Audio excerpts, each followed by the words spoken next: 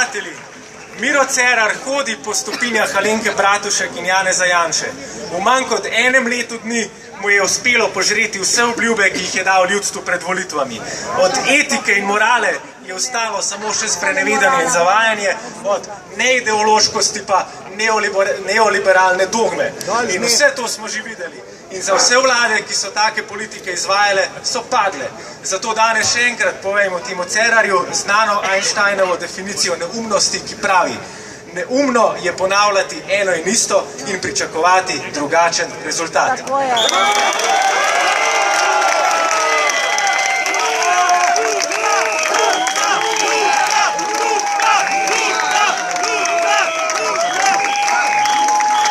Pa še enkrat moramo povedati, da privatizacija ni nobena alternativa in drugič, da obstajajo možnosti, s katerimi bi dejansko rešili naše težave.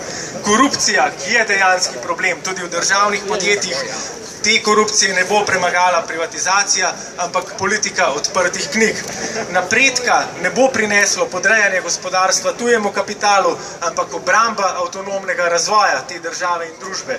In odgovornega upravljanja ne bodo prinesli špekulativni skladi, ampak upravljanje strani tistih, ki jim je zares v interesu dolgoročen razvoj in delovna mesta zaposlenih. Zato proti privatizaciji, za delavsko upravljanje.